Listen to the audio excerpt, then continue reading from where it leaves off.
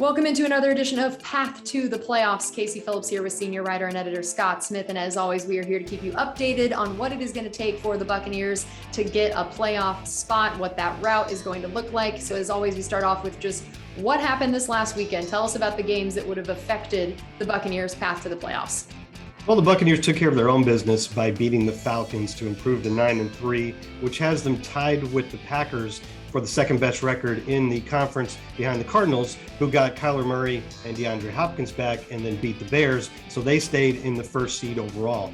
Even though the Bucs caught the Packers, they did not move up from their third seed, which they've been in now for 3 weeks, because the Packers at the moment have a superior conference record. That's games against NFC teams. They're 7-2, and the Bucs are 6-3.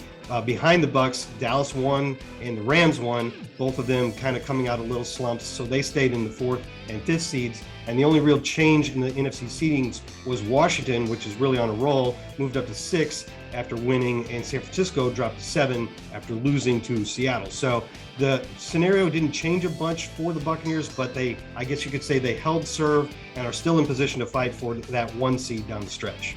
So what does that mean for this weekend for the Buccaneers and what they could accomplish?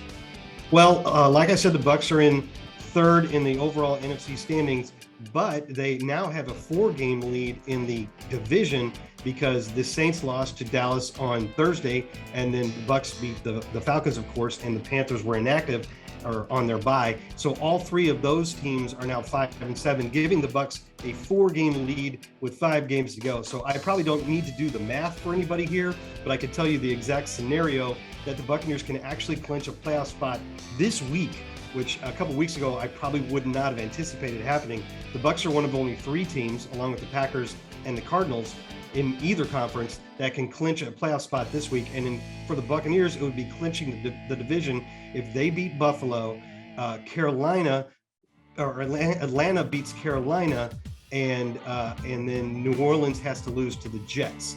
The reason for that is that would put the Saints and the Panthers 5 games back with 4 to play, so they'd be out of the picture, and Atlanta would be 4 games back with 4 to play. So even if they ran the table and the Bucs lost all 4 and they ended up tied at the end, the Buccaneers would win the division because they have beaten the Falcons twice head-to-head. So there you have it. There also is one kind of weird scenario where the Buccaneers could clinch a playoff spot this weekend without winning the division, and that would be if they tied Buffalo, which obviously we don't expect, but just so you're prepared, if that happens and the Bucs tie Buffalo, they would get a playoff spot if Carolina lost, New Orleans lost, Minnesota lost, San Francisco lost or tied, and Washington lost or tied. So if the Bucs get that tie, then start looking for all those other things. But it's probably not going to happen because there's only been 1 tie in the entire 46-season history of this franchise. So that's something to keep in mind, but don't worry about too much. Yes, always fun to have those random scenarios that are probably not going to happen, but kind of intriguing to think about. All right, well, that is going to do it for us on this edition of Path to the Playoffs. We will be back here next week to update you guys